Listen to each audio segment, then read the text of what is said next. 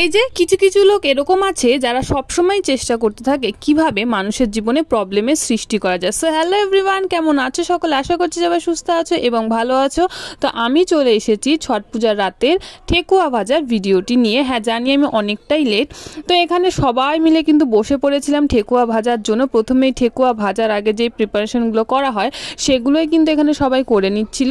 আর আমি এখানে ভিডিও করতে জন্য আমার দিদিকে বললাম যে সুন্দর করে এখানে জিনিসপত্রগুলো দিয়ে আটার মধ্যে, আর ও এতটাই স্লো করে দিচ্ছিল যে আমি এখানে স্পিডটা অনেকটাই বাড়িয়ে দিয়েছি, নাহলে ভিডিওটা অনেকটাই লং হয়ে যেত। এই যে ভিডিও শুরুতে যে কথাটা বললাম, কিছু কিছু মানুষ যারা প্রতিনিয়তই চেষ্টা করে আমাদের জীবনে প্রবলেম সৃষ্টি করার, কিন্তু তারা এটা বুঝে না তারা যে প্রবলেমটা আমাদের জন্য সৃষ্টি করেছে সেটা ঘুরে ফিরে তাদের জীবনেই কিন্তু যাবে। যাই হোক, এসব কথা বাদ দাও। তো এখানে সবাই মিলে কিন্তু খুব মজা টজা করে আমরা ঠেকুয়া ভাজছিলাম। আর ঠেকুয়া ভাজার প্রসেসটা একটু লং, তবুও সবাই মিলে ভাজতে ভাজতে সারা রাত জেগে, আমি বাদে তো এবছর সবাই সারা রাত জেগেছিল।